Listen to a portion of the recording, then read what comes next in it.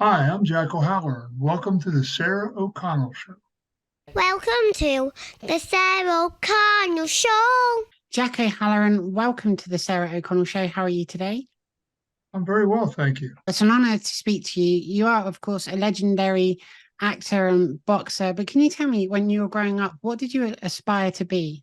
First, I started out with football, and that worked out for a short period of time. And then I went into boxing when Ali got won the title.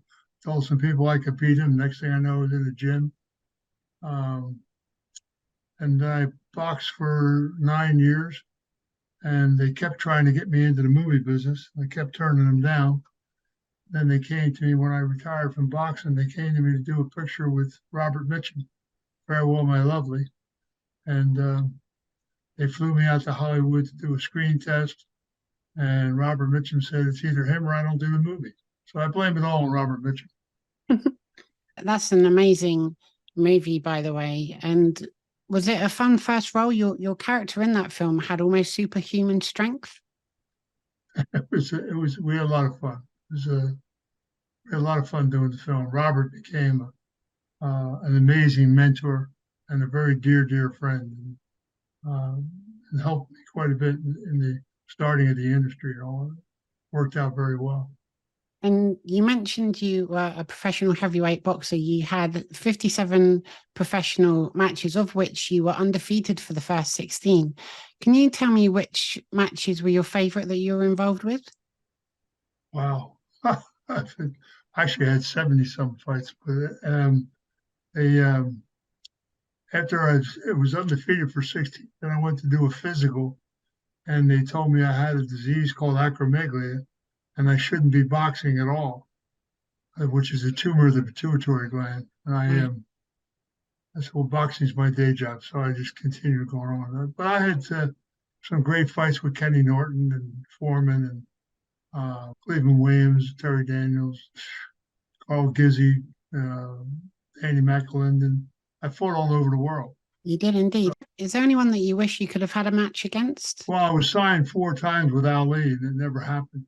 We were supposed to fight 4 different times, and we became very good friends. And he called me on the phone one time. He just bought a house in Cherry Hill, New Jersey. A friend of mine was very close to him. I was with him all the time, Gene Kilroy. They called me on the phone, and he said, you have to do me a favor. I said, I'd be glad to do you a favor. You sign a contract to fight. He said, no, we'll get to that, but you got to do me a favor first. I said, what is that? He said, you're fighting my brother Rockman this week coming. He said, you have to get him out of boxing. I said, your brother, Rockman Ali's your brother? He said, yeah. So I went in the gym a couple of days and knocked him out, ended his career. And we went back and forth. We were supposed to fight in San Diego, and Norton's people gave him a bunch of money to Chicago for Ali to fight Norton, and that fight got called. We were all signed and ready to go, and that got dismissed. And then we're supposed to fight in Europe and then Australia, and it just never happened, unfortunately. You mentioned earlier you starred in Farewell, My Lovely. You played Moose Malloy. So that was your first ever movie role. But interestingly, I found out that it was one of Sylvester Stallone's first ever roles too. And I've watched the film, and you don't share any scenes together. But during the promotion of the movie, did you get to meet each other at any point? Well, where do you think Rocky came from? He picked my brain every day. He didn't know Philadelphia that well. I told him about the gyms, the waterfronts, and I was the gangster fighter from Philadelphia, being involved in certain things in my life. And I explained a lot of that to Stallone, how certain things worked in the waterfront and everything. Um, and he wrote the script Rocky. Wow, You know, that's and amazing. he came out with Joe Spinelli from New York. There was like 4 or 5 of them that came out to do bit roles in movies, and Farewell, My Lovely was one of them. And I think it was one of his first movies. I think he had done a couple films prior to that. Joe Spinelli from New York had this crew of guys that used to travel around and fill in different roles in films and stuff. And it Incredible. worked out pretty well. Yeah, it did just a bit, didn't it? That went quite well. But Farewell was a great movie. It was the first mistake that I made in the industry. I probably would have won the supporting Oscar for Farewell, but Robert Mitchum arranged for me to see Johnny Carson at the Polo Lounge, and he said, "If you come on my show, I'll guarantee you'll get nominated." And I said, "Your show is live, isn't it?" He said, "Yeah." And I said, "I don't think I could do that." He said, "What are you talking about?" I said, "Well, I'm going to come on your show, and you're going to ask me about my father, and I'm going to ask you where the men's room's at." He said, "You would get up and leave?" I said, "Yeah, because I don't talk about my father, and I don't want anybody else talking about him." And, it was very foolish. Robert Mitchum yelled at me terrible. Everybody, I said, "You got a big mouth." Mitchum, he told everybody everything. My father was a very famous Italian from New York. Of course, yeah. So they were, and it was foolish of me because, like Mitchum said to me, "Jack, Hollywood loves all that stuff, Mm. and you should have, and I should have, but you just you don't cry over spilt milk. You just keep on going." That's But very Farewell true. is a great film. And to me, it's one of the best films I've ever done. Yeah, I really enjoyed it. I highly recommend everyone seeks that film out if you haven't seen it Oh, already. it's a great film. It really is. I mean, it's got a great cast. Mm. Mitchum and John Ireland, Sarah, Sylvia Miles and Charlotte Rampling and Anthony Zerbe. Just a bunch of very good people. I had 4 Oscar winners on the crew because of Mitchum. Yeah. Mitchum draws people. And Robert was just terrific. So we had a good time doing it. Yeah, it's a great movie. And then in 1976, you starred in a new adaptation of King Kong. And towards the beginning of the movie, you travel on a boat to Skull Island. And I believe that was actually filmed in Hawaii. Is that? Yeah, we were supposed to go. We were supposed to be in Hawaii for 4 days. We were there for a month. And the scene that we went there to shoot, laying the fog down where we come through the fog to get to Skull Island. Yeah. And we actually wound up shooting in Malibu Already. at Zoom Beach.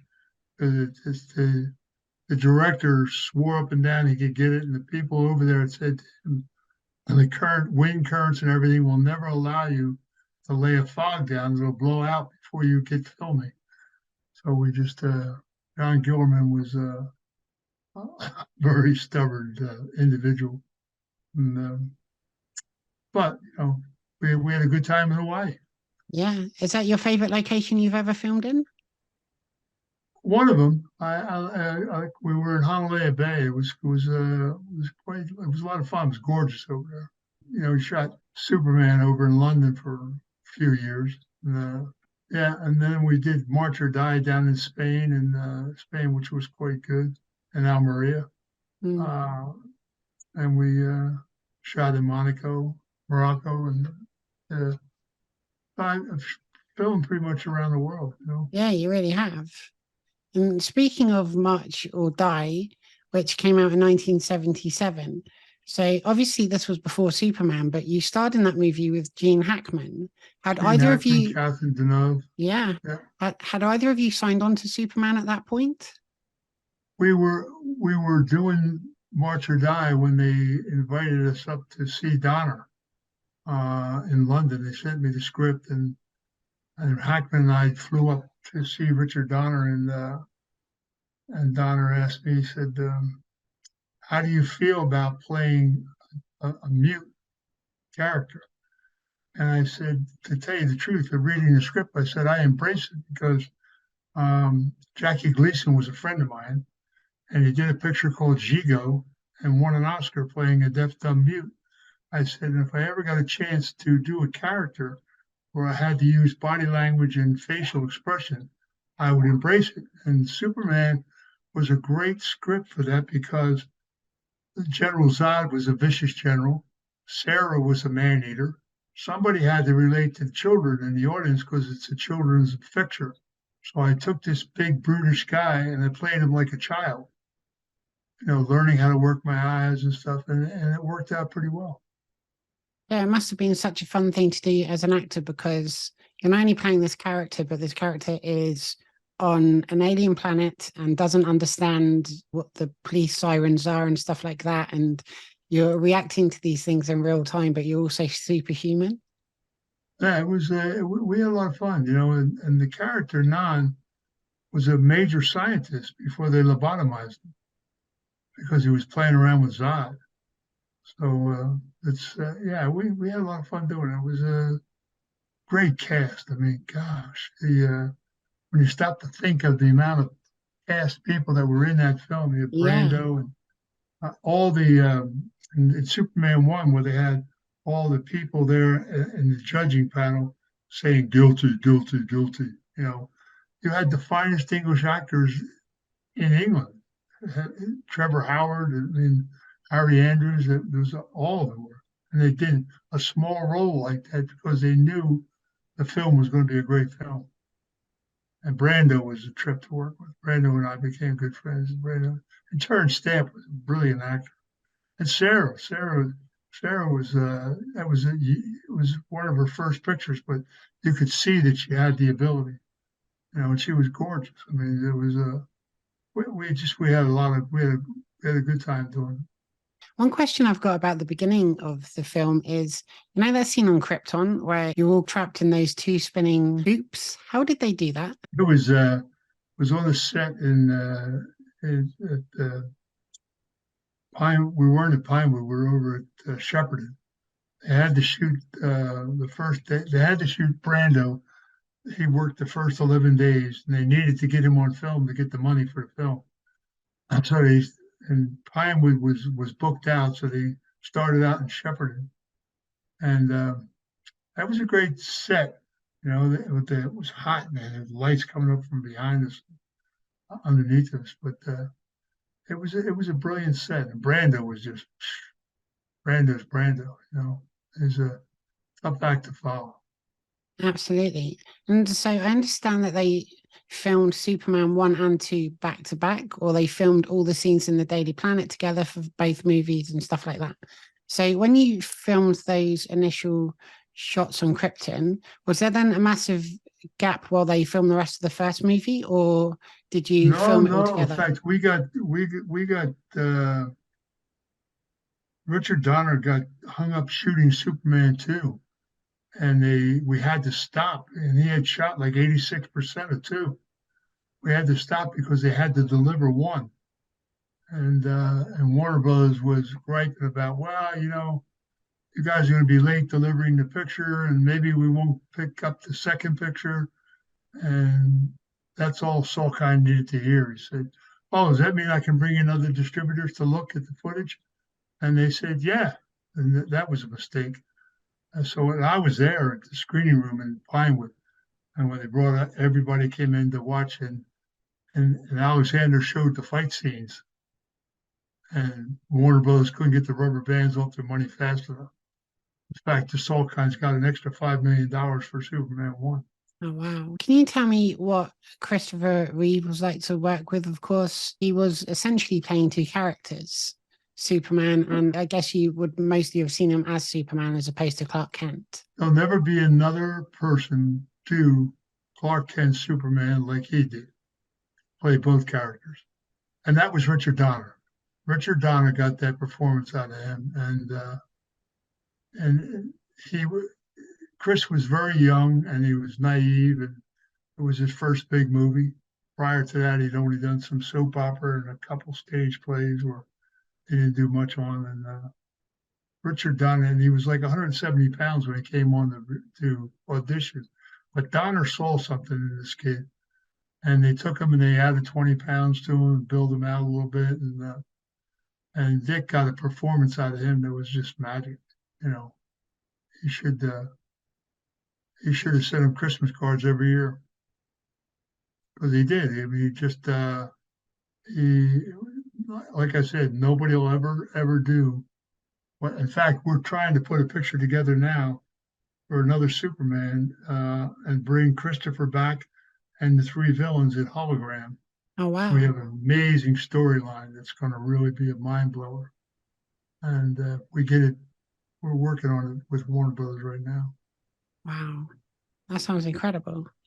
Yeah, it would be. I mean, imagine bringing Christopher back. Yeah. You know, and we Oh, have a great storyline where the three villains change their evilness and become cohorts of Superman and help him fight all the people coming from different planets. So it works out really good. And we instead of the problem with superhero movies today is the superheroes are killing more people than the bad guys.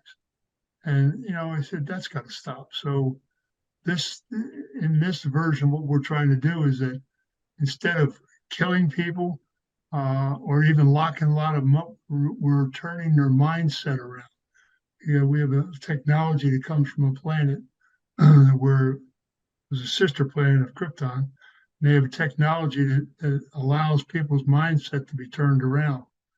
And instead of we turn evil people back into good people and send them back home.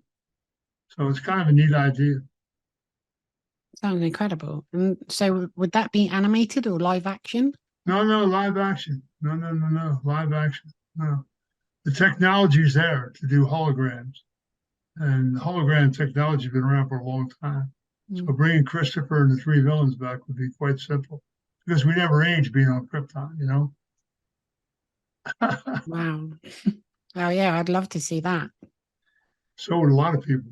But Absolutely. we're working on it. Like I said, we have a great treatment and a great script we're putting together, and hopefully we'll get it put together. Yeah, I fingers think the crossed. fan base would love it. Oh, absolutely. I know they would. Can you tell me your favorite scenes working on Superman 2, or perhaps your favorite ones to watch back? I had burning the hole in the side of the truck with the kid. Was a great moment.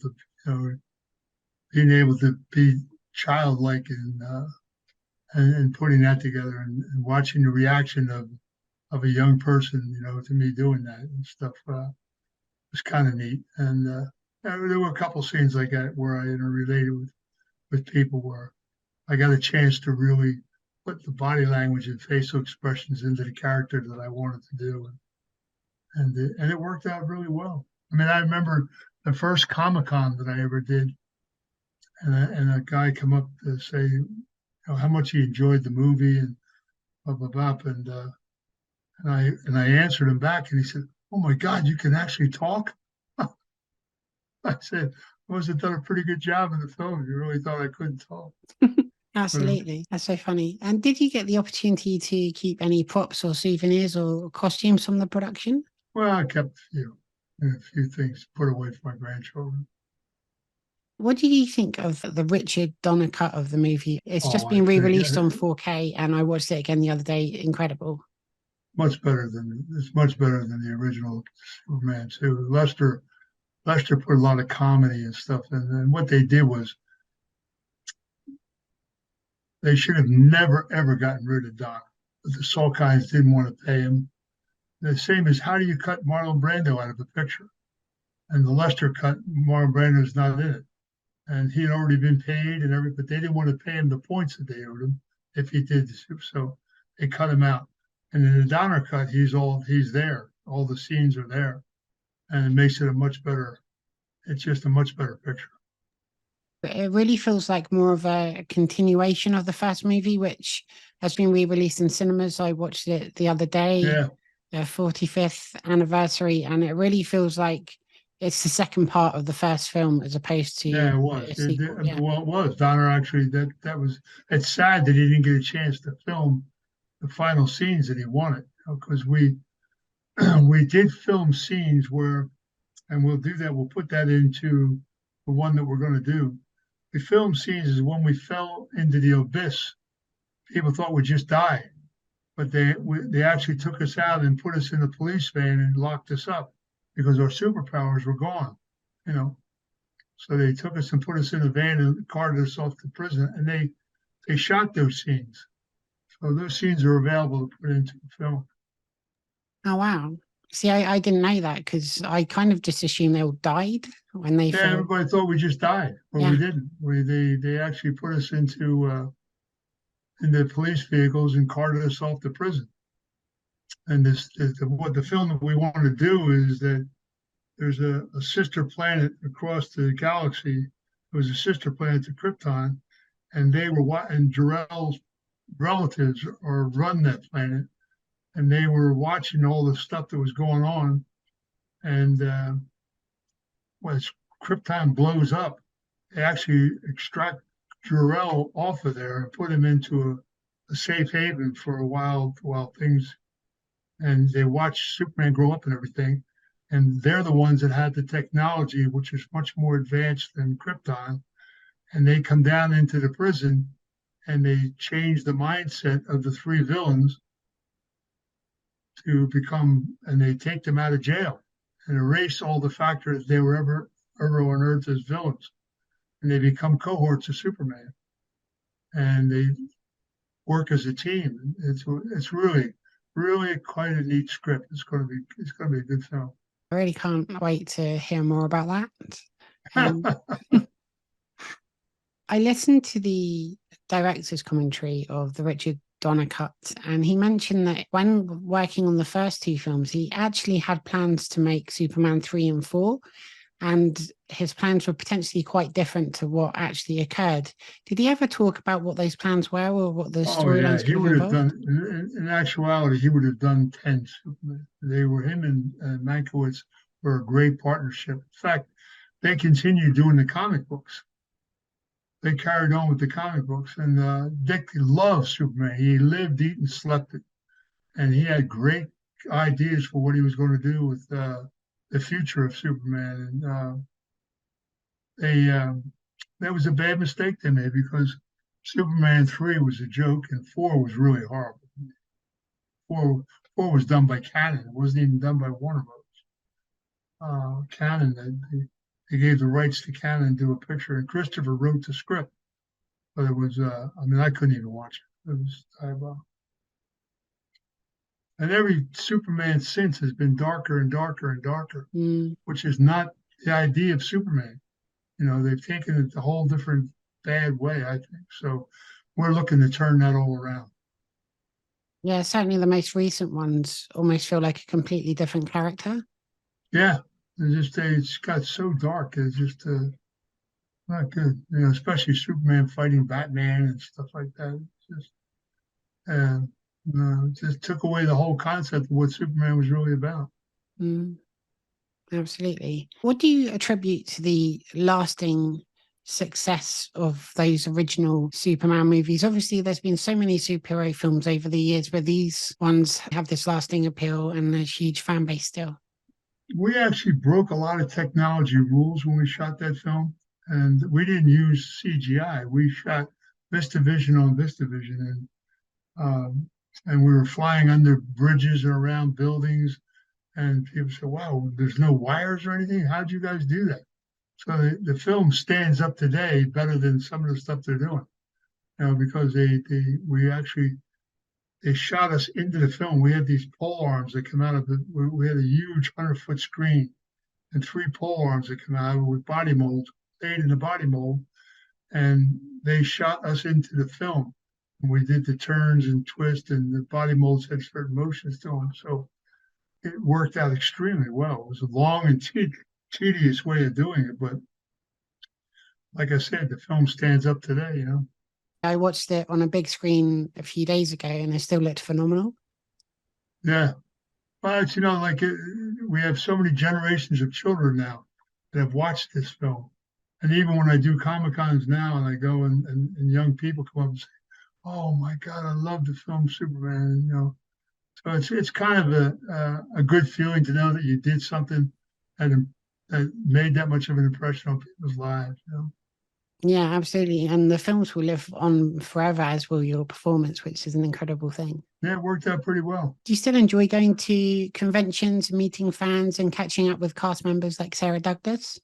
Yeah, Sarah and I, all of us. Terrence unfortunately is not well, but we see Jeff East all the time and Mark McClure, and it's nice to relate to people that they give back to the people that went to support the film, and they get such a kick out of meeting you, because it become very iconic goes to the film. So it just it works out pretty well. And, it's yeah, I enjoy going to the Comic Con. In fact, I've got a couple I'm going to do in the next month. Oh, really? Fantastic. So in 1987, you starred in the comedy Dragnet, and you had scenes Great. with, yeah, great movie. You had scenes with Dan Aykroyd and Tom Hanks. What were they like to work with? Well, it was Tom's first breakout movie, really, and Danny was just terrific. I mean, he he walked around with an earplug with Jack Webb in his ear all the time. And if you could watch Dragnet 50 times and you still wouldn't get all the one-liners that Danny Aykroyd threw out in that picture. I mean, it was just, well, I mean, we had a lot of fun doing it. It's a fun movie.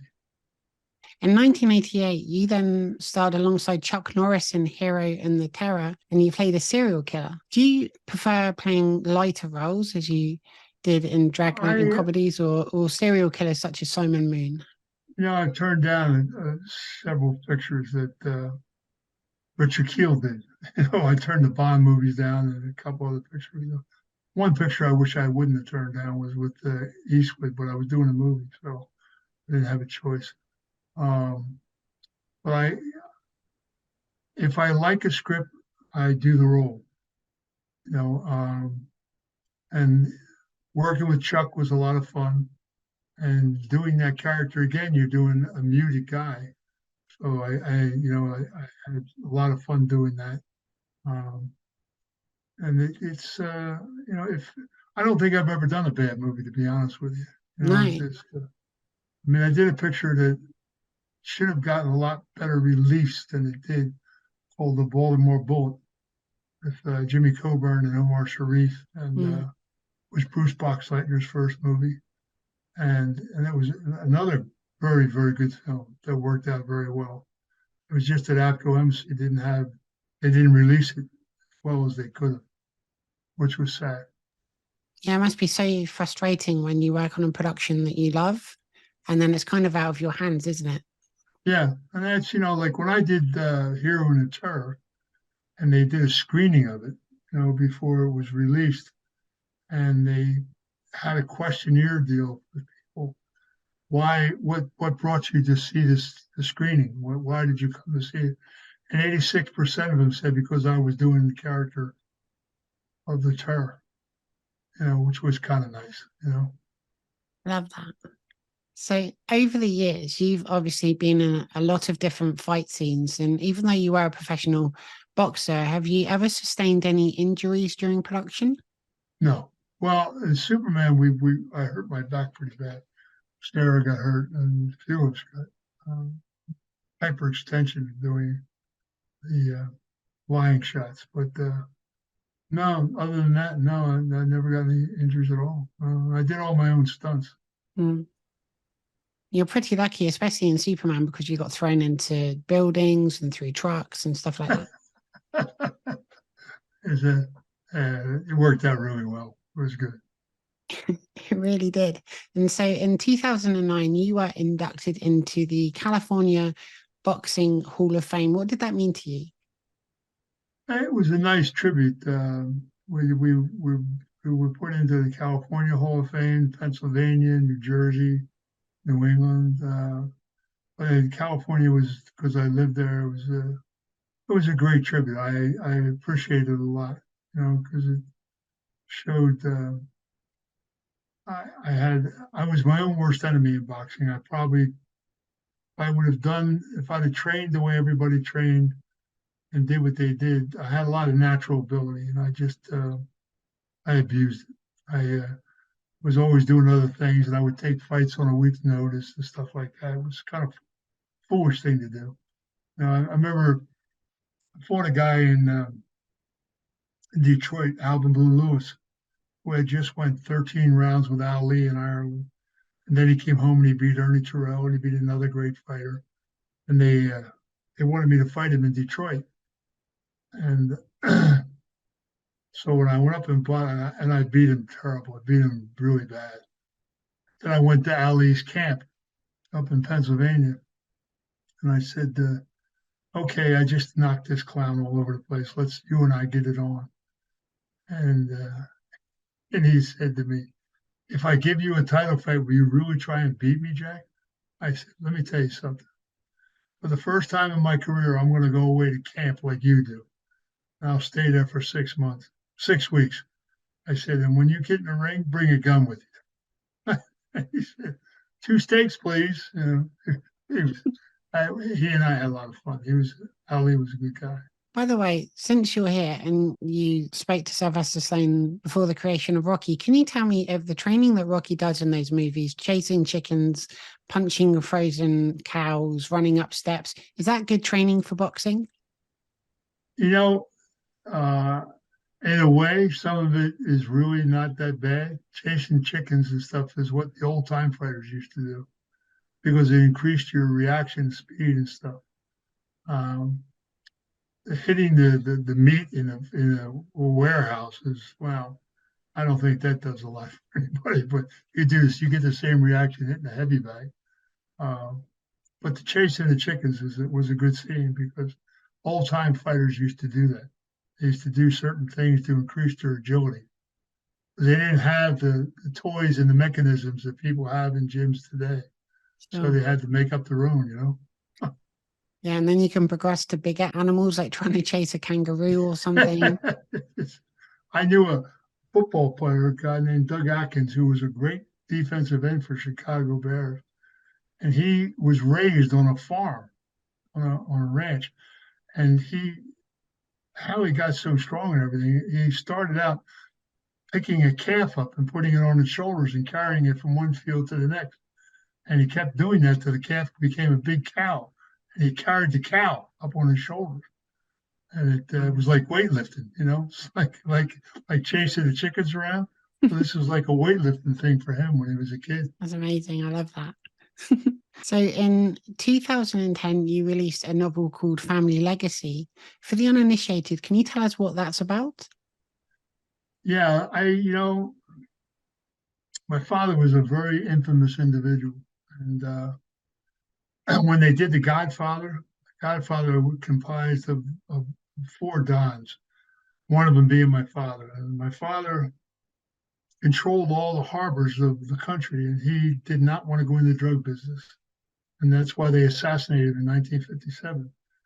But when Brando was asked to go in the drug business, he said, if I touch it, if our children will touch it, it'll be the downfall of the families. And my father said that. My father stood up for that and said, I'm just not going to do this. And he knew that they were going to take a shot at him because too many greedy people wanted the drug business, and it was a foolish thing to do. And even Frank Costello, when they tried to kill Costello, they greased his head, but they didn't kill him. But he retired, and because he had the best political book of anybody, and he said, law and order tolerates a lot of things that we do, but they're not going to tolerate the drug business.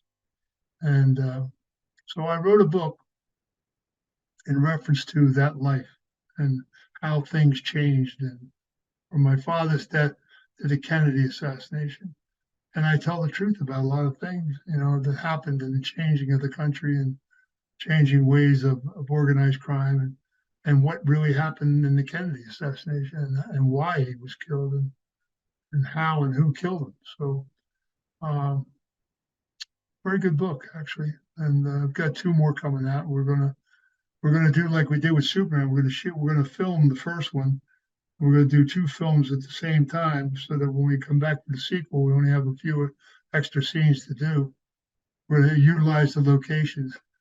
And then from the 2 films, we're going to go into a series, which will carry on because we're going to write a few more books and bring everything right up to modern day. Wow. As to the changes that have happened in the country and how things have changed because certain people weren't cohesively together anymore. And the way our country has really fallen apart because of certain things that went on. And to tell the truth. Absolutely. Yeah, I was going to ask if you ever considered adapting the book into a movie, and I'm delighted to hear that you are. Oh, we were getting ready to shoot. First, we were going to do a miniseries, and then I figured out, you know what? Got 2 more books I want to do. So we're going to do film, but now the film industry's come back to life again. We're going to do a film and then a sequel, and then we'll go into a series. And I think it'll work very well. Yeah, I think so. Did you ever record an audiobook version of the book? They're getting ready to do that. It's something I should have done a long time ago, and then now they're got a new deal with Amazon. We're going to republish the book with 150 more pages to it. They're going to do it worldwide in all languages and everything. So it's going to coincide with the film, and each one will support the other. So it's going to be good. And is it true that you once turned down the role of Jaws in James Bond's The Spy Who Loved Me? Yeah, I already signed to do March or Die, and Cubby Broccoli and his son came to California to my agent. They wanted to meet me because they wanted me to do the Bond movie very badly. And I was having lunch with Robert Mitchum around the corner. It was his birthday, so I was taking him to lunch, and I said, I got to go around the corner, man. I got Cubby Broccoli's here from London, and I have to go around to my agent, Meyer, Michigan, and sit down and meet this guy. And he said, have you read the script? I said, yeah. He said, do you like it? I said, no. He said, then tell him no. He said, just tell him you're doing a film and you can't get out of it. So I did what he said. I passed. And thank God I did, because when I was doing March or Die, they came to me to do Superman. Yeah. And Superman was a much better deal for me. So here's a question that I ask every guest on the Sarah O'Connell Show. Can you tell me a fun fact about you, something we may not know, a hobby, a party trick, something like that? Very interesting question. Oh, wow. That's interesting. I've done so many things in my life. I'm just trying to think of something that nobody really knows about.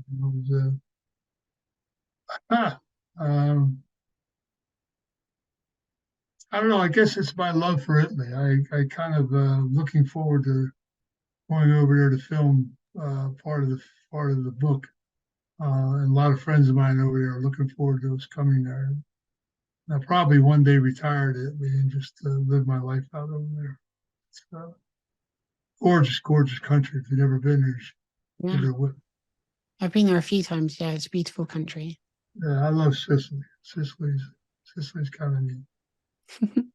When you film this film of your life, would you consider doing a cameo in the film and playing someone else? You know, they asked me about that, and it's a bit close to me, you know. So I probably will.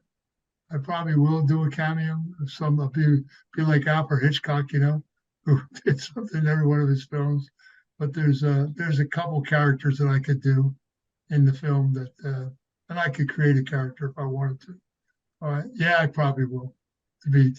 People have asked me that, and I've always said, I don't think so. But at the end of the day, when I'm getting close to filming, although it's very, like, I turned down The Godfather because it was too close to me. Yeah. You know, and but I probably I probably will do a role in the Family Legacy. Have you got any advice for anybody that wants to get into acting? You know, I would tell them the same things I tell a lot of people. You know, a lot of people thrive on the fact of going to acting school and all that stuff. You know, and I never took an acting lesson. My acting teacher was Mitchum.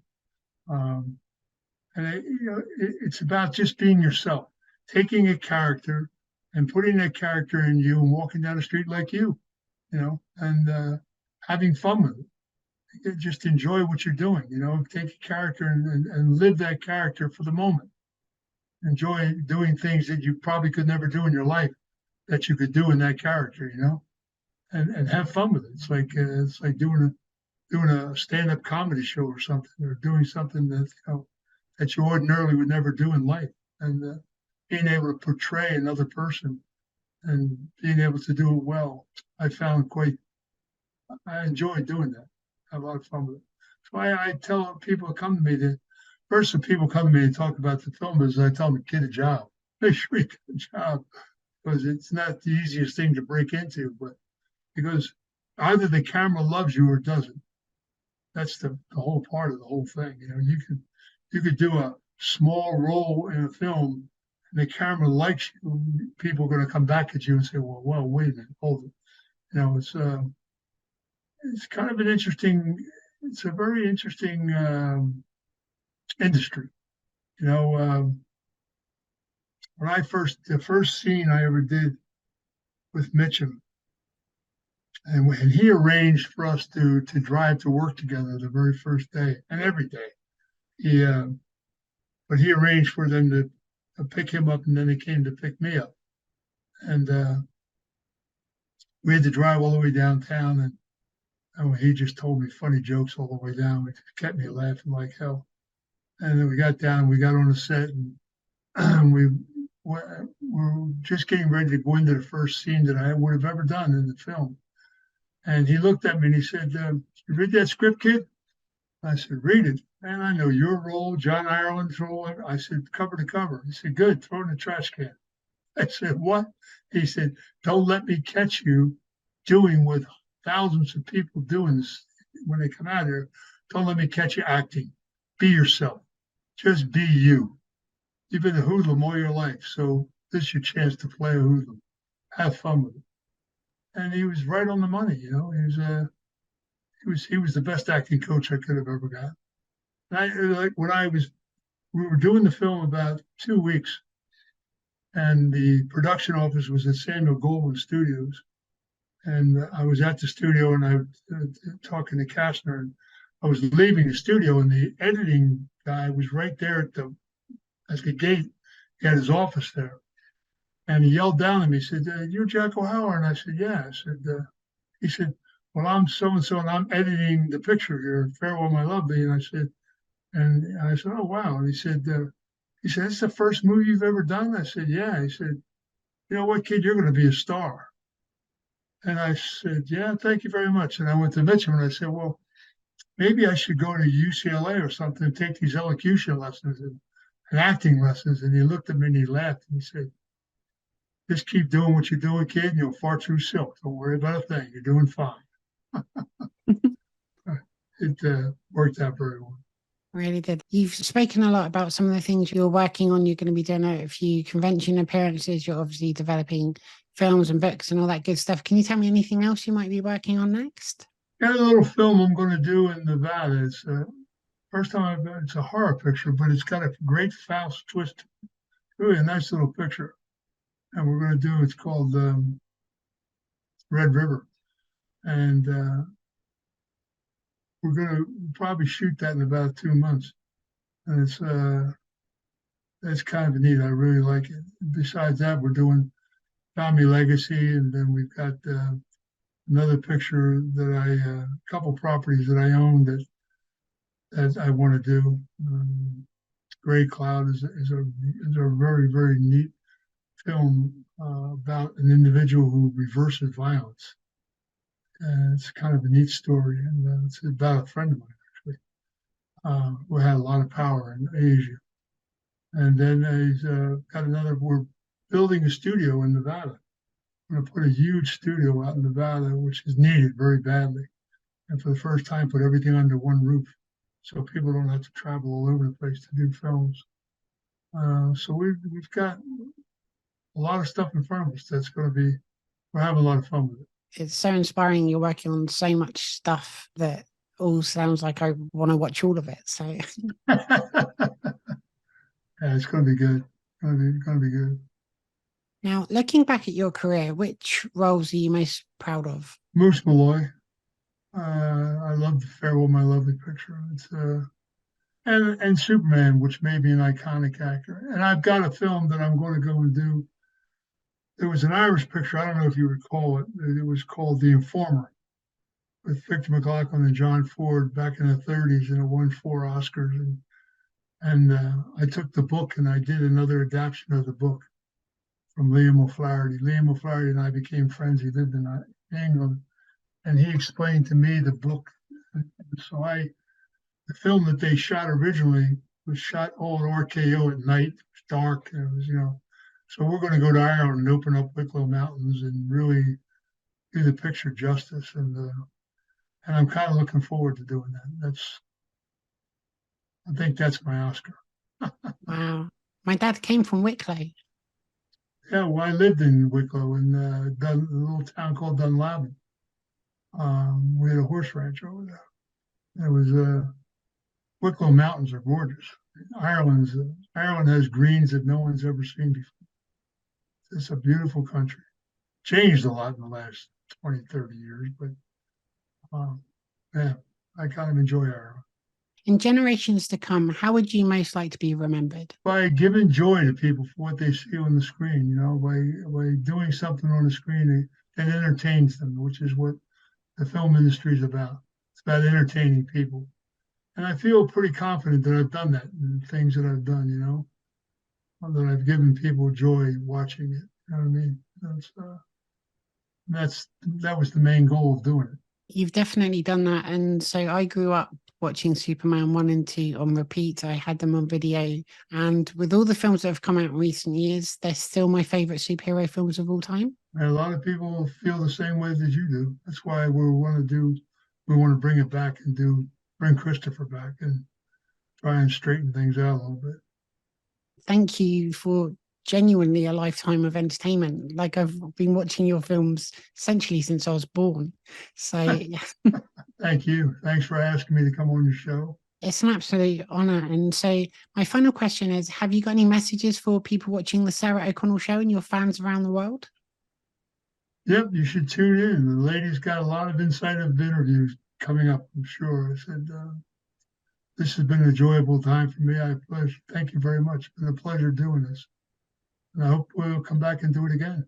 You're welcome back anytime. And we need to talk more about your book and the movies and everything else you're working on. Completely blown away by all the stuff you've got planned and obviously all the stuff you've worked on so far. Thank you for coming on the Sarah O'Connell Show today and talking about your life, and it's just been fascinating researching it as well. So thank you so much. Thank you for having me. It's been a pleasure.